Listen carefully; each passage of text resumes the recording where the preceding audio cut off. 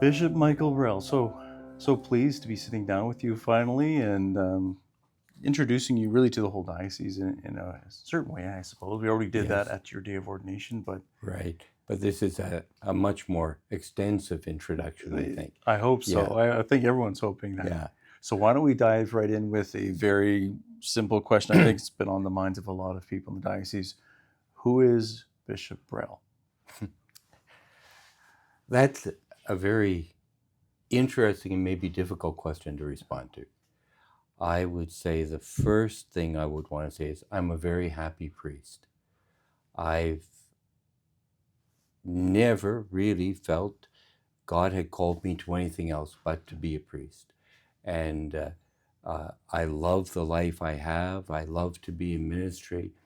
I love to be celebrating the Eucharist. So I think I'm a very happy priest. And that's a pretty good foundation. Mm-hmm. Mm-hmm. Yeah. I mean, I could tell you I'm from a large Irish Catholic family, 6 brothers and sisters, 7 of us grew up together, and grew up in Toronto. Not my fault, that's where my parents were, and I figured I'd better stick with them. We'll forgive you for that.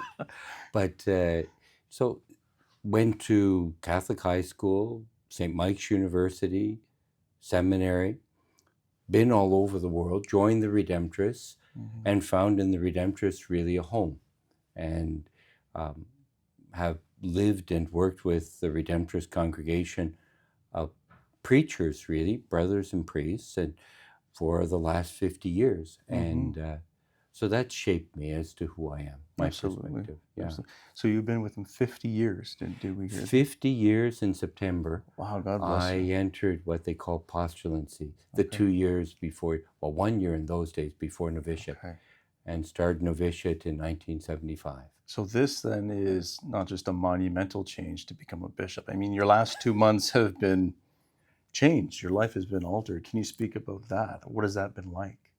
It's really been what we call a sea change.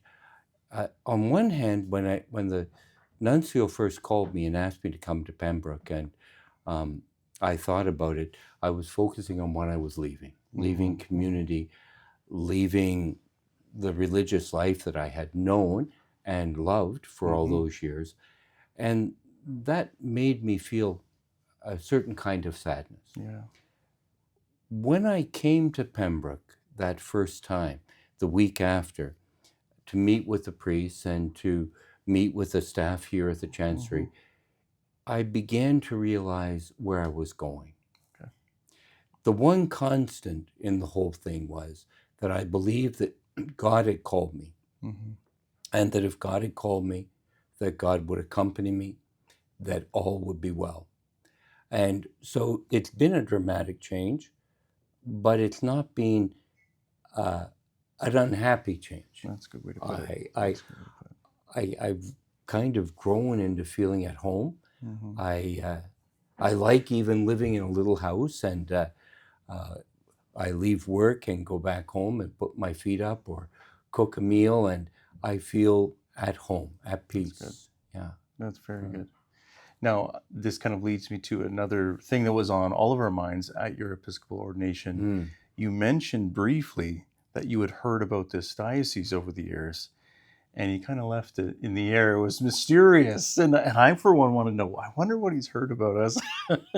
Hopefully good things. I think that's what you meant. But could you speak to that? What did you hear over the years? Absolutely good things.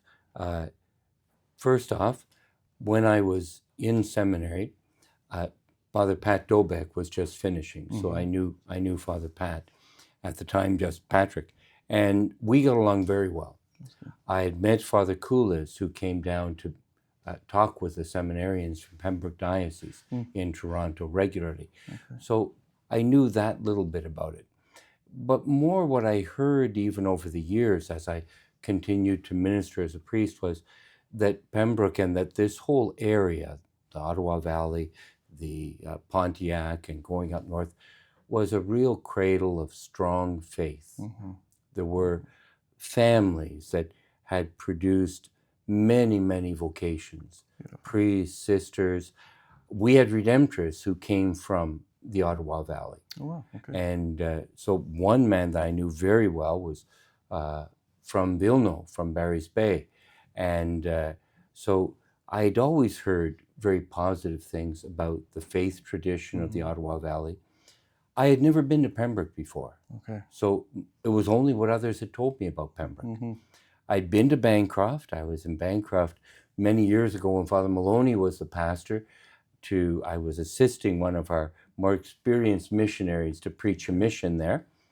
I'd been to Mattawa when I was stationed in Sudbury, but I thought Mattawa belonged to the Sioux Diocese because it Okay. was so close to Yeah. North Bay. Yeah. I've been to Halliburton, but only on holidays because Okay. family had a cottage not far from Halliburton. Beautiful.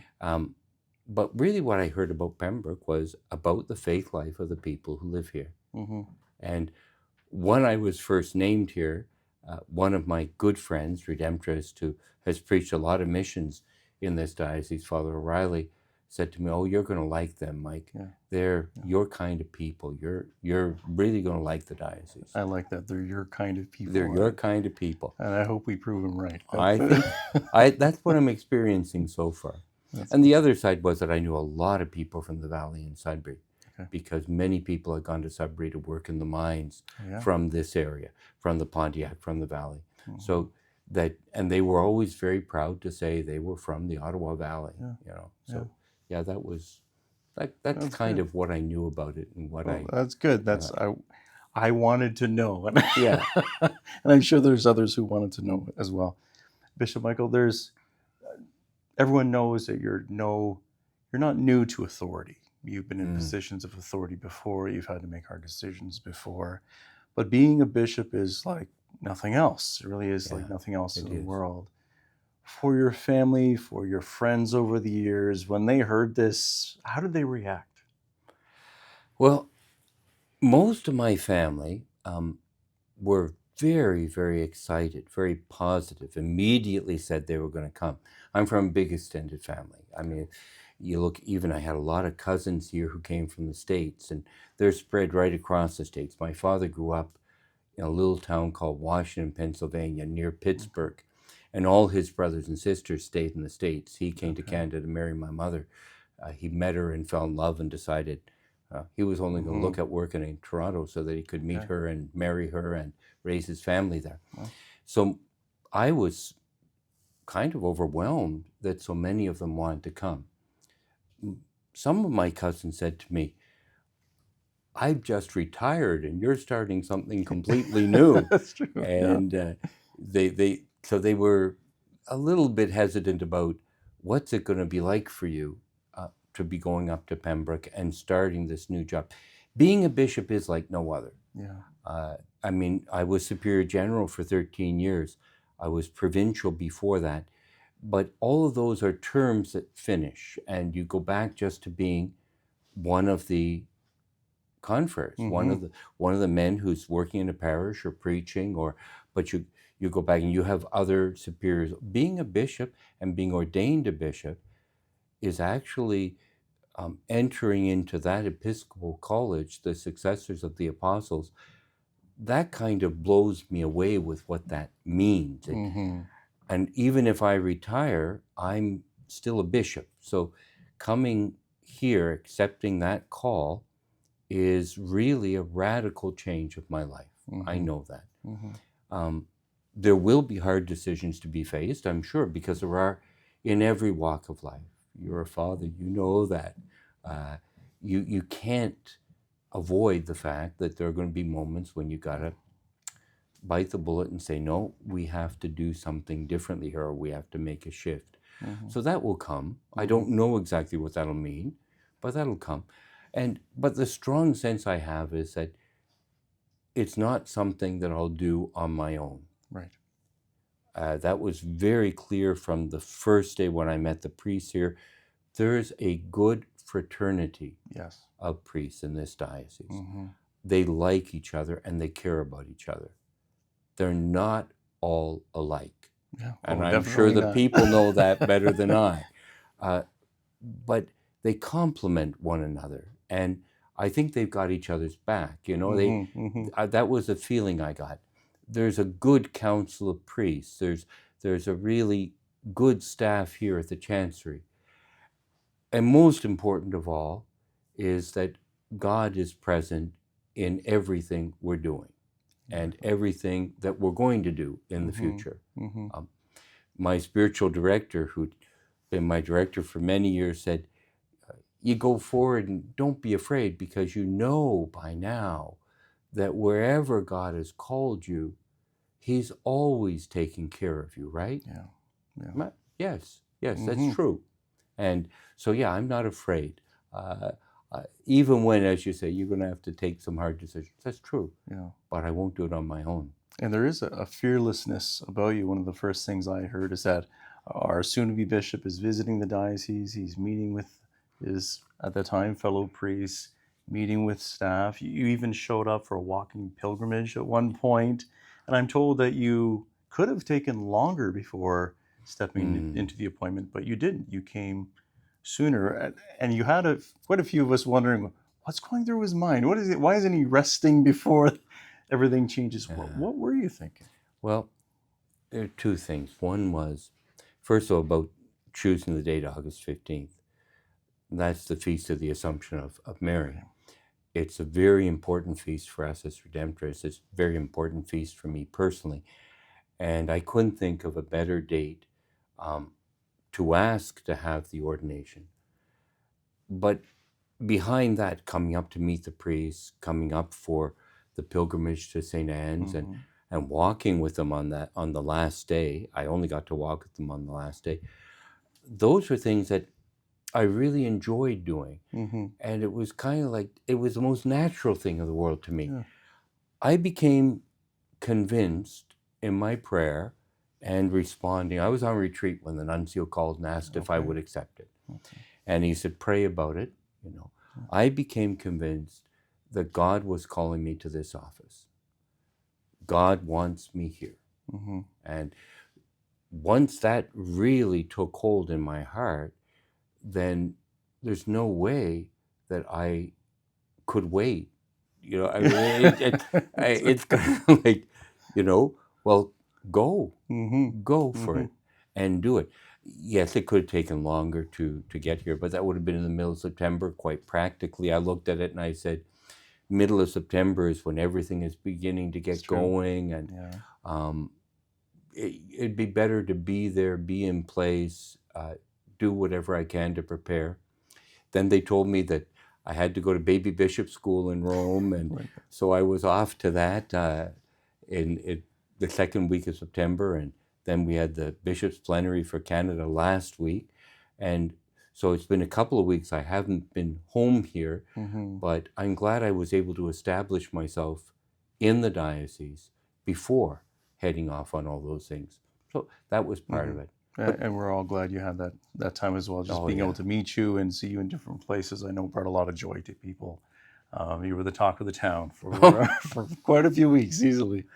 Well, it brought me a lot of joy as well. That was a wonderful experience walking with the pilgrims on the way to St. Anne's. And no doubt for that. Chatting and praying as we went. That was a wonderful experience. And we're about to enter the Jubilee year, and the Holy Father has asked us to reflect and act on being pilgrims of hope, that we're called to be pilgrims in everything that we do, and to walk with one another. So that was a very good experience, and I hope we're going to be doing a lot more walking together, physically as well as in every other sense. I'm sure we will.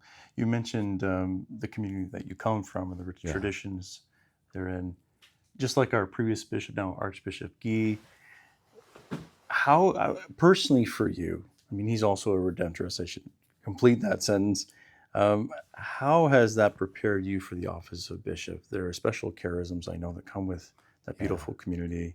As you've seen it, reflected upon it, thought, you know what, all this past I have has really helped. Yeah. Well, it was very interesting. I feel a real kinship between the Redemptorist charism and the Diocese of Pembroke. At first time I came up to meet with the priests, before going in to meet Father Ryan Hawley, who was the administrator of the diocese, I stopped into the church at Our Lady of Lourdes, and as soon as I walked in, there's Mother Perpetual Help up on the front wall to greet me. which is really our Madonna as Redemptress. Okay. I notice you've Okay. got her here That's as well for the interview. Every church I've gone in, Mother Perpetual Help is there. At the cathedral, they even have the Wednesday devotions Okay. and have for a long time. So that was a pretty clear sign to me that this is like home. Mm-hmm. But what did I learn, or what do I bring from being a Redemptress? Well, one of the things is that we live together in a spirit of prayer and discernment. Discernment was a really important virtue for St. Alphonsus. It's got to be part of who we are. Mm-hmm. It reminds us that whenever we're faced with any decisions, it requires us to enter into a process of real dialogue with God, with the signs of the times, and with the other people who will be affected Mm-hmm. by the decision to be made. And that kind of collaborative process of facing decisions is something I hope that I've learned enough to help bring to this diocese. Mm-hmm. We live in community, and community means that we don't always choose the one who's living with us or Isn't that sitting right? at the table with us, Right. but we welcome as brothers those that God has called to our community. Mm-hmm. That's vital. And I think that's true in any diocesan community, that we're not called to be all alike. Mm-hmm. Pope Francis is fond of saying we're not called to unity, or not, we're not called to uniformity, we're called to unity. And that unity is much deeper than uniformity, than Mm-hmm. doing things the same way, thinking the same way, where there are many ways to express and live our Catholic faith. And we're called to respect and honor one another, Mm-hmm. and to discover how we walk together in the midst of some of our differences. I think that's true of Redemptress. We're very different from one another, and yet we found ways of making sure that we respect and include all. And of course, you know that at the heart of the charisma of the Redemptress is to proclaim the good news, Absolutely. is to preach, is to bear witness to the gospel, to preach with our words and to preach with our witness. Mm-hmm. And I think that that's vital for all of us, especially in this moment in time that we're living through as a society. We're living through very challenging days. Absolutely. And where do we put our faith? And what do we witness to? It has to be the gospel Mm-hmm. as proclaimed Mm-hmm. by Jesus, has to be at the center of it all, the person of Christ. So Yeah. all of that, I think, has been shaped and formed in me through the years with the Redemptress, and I hope that I can live it and share it, and here in the diocese as well. And I think you already are, just from the little bit I've been hearing around about you. So I don't think we're concerned in the least. Okay. Last Good. question for you, because I know your time is very tight. You have a lot going on. In light of your past, in light of the visits, in light of baby Bishop school and everything that's been going on, we're entering into September. We're entering into October now. and things are certainly at quite the speed. Have you had time to hear in prayer possibly what it is, a kind of a direction for the diocese, something that you really feel, I need to address this soon, not later? Is there anything like that that's kind of the Lord has been showing you? Well, one of the things that we have to work on together as a diocese is our pastoral plan, is where are we going? How are we going to renew the diocese and the church in, it's not just Pembroke, but in all the four corners of this diocese. And that renewal of the diocese, that revivification, sometimes you might want to say, that allowing the Spirit to bring us to deeper life, has to be a journey we walk together. I can't say that I've got a plan at this point. What I can say is that we've got to form the plan together. And that's what I mean by discernment, and by walking together. The vision I have is that we're all walking in the same direction. Yeah. You know, It's pretty important. it is very important that we walk in the same direction. And I really think it's vitally important that we realize there's room for all of us in this church, in this family, that it's not an exclusive group, and we got to go forward. So that much I can say. I'm still learning a lot. I've been to a number of parishes. I've talked to a number of parish groups, and I'm listening as carefully as I can to what they're saying to me and what their concerns and their hopes are. I know that there are some places that are really struggling financially to make ends meet and wondering, how do we maintain a strong Catholic presence in a diminishing community as people are moving away from us? And I think we've got to say, yeah, how do we do that? But that's not just your challenge. That's a challenge for the diocese. That's a challenge for all of us, because we all belong together. That's right. One of the things that Baby Bishop School really emphasized was that we have to see ourselves as part of the universal church. That this mystical body of Christ that St. Paul wrote so beautifully about, and Pius XII promulgated as the principal model of the church for us, it means that we're all connected to each other if we're all part of that body.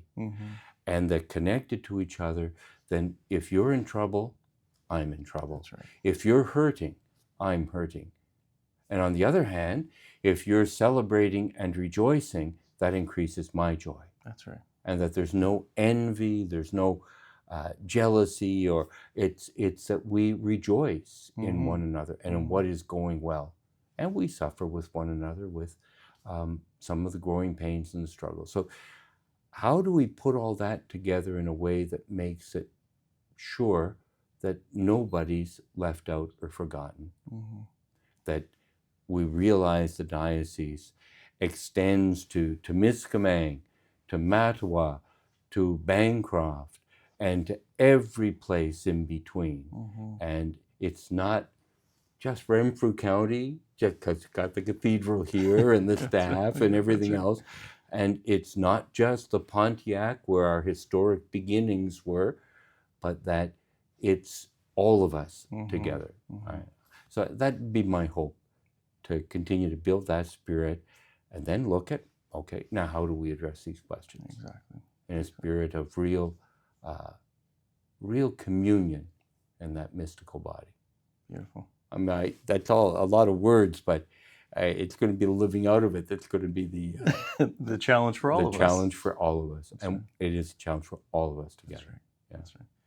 Bishop Michael, thank you so much for taking the time to chat with us and to let us get to know you a little bit better. I know the weeks and months ahead, some of us are going to see you wherever we see you, and we're going to be glad to say hello. And just from meeting you the few times I have, I'm sure you'll be happy to do the same.